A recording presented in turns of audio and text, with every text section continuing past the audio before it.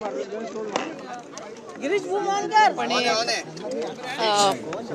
या औचित्यासाठी किंवा महिला दिनाचा एक विशेष म्हणून आम्ही ह्या दोन्ही महिन्याचा लाभ आज महायुतीच्या सरकारच्या माध्यमातून राज्याचे मुख्यमंत्री आणि दोन्ही उपमुख्यमंत्री यांच्या सूचनेनुसार आज सुरुवात केली होती। काही आज खरंतर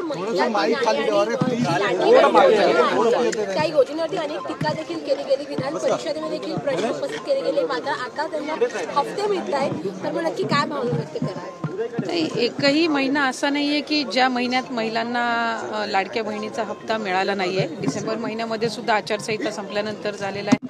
जानेवारी महिन्यामध्ये सुद्धा वितरित झालेला आहे, फेब्रुवारी महिना आणि मार्च महिना 8 मार्चचं उद्दिष्ट आम्ही ठेवून त्या ठिकाणी ती तयारी करत होतो,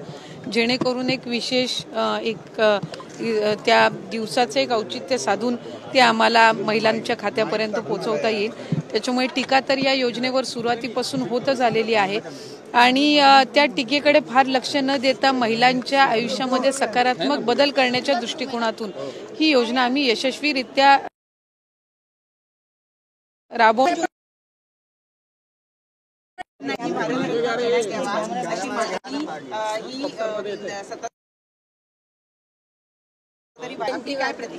नाही, या निश्चितपणाने आणि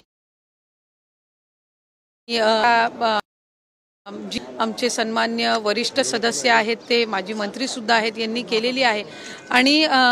जे योगदान त्यांचं समाजासाठी अनेक वर्षांपूर्वीचं आहे त्याचे पडसाद आजही आपल्याला त्या ठिकाणी पाहायला मिळतात आणि कुठे ना कुठेतरी मुलींच्या शिक्षणाप्रती असेल किंवा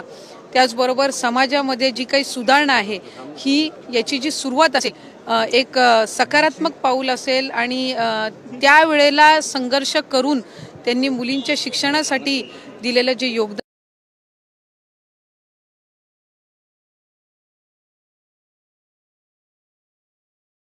भारतरत्न मिळावं ही केलेली आहे आणि निश्चितपणाने ही स्वागतार्हच आहे।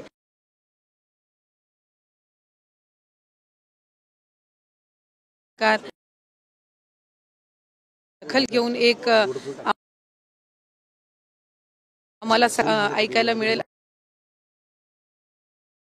निमित्त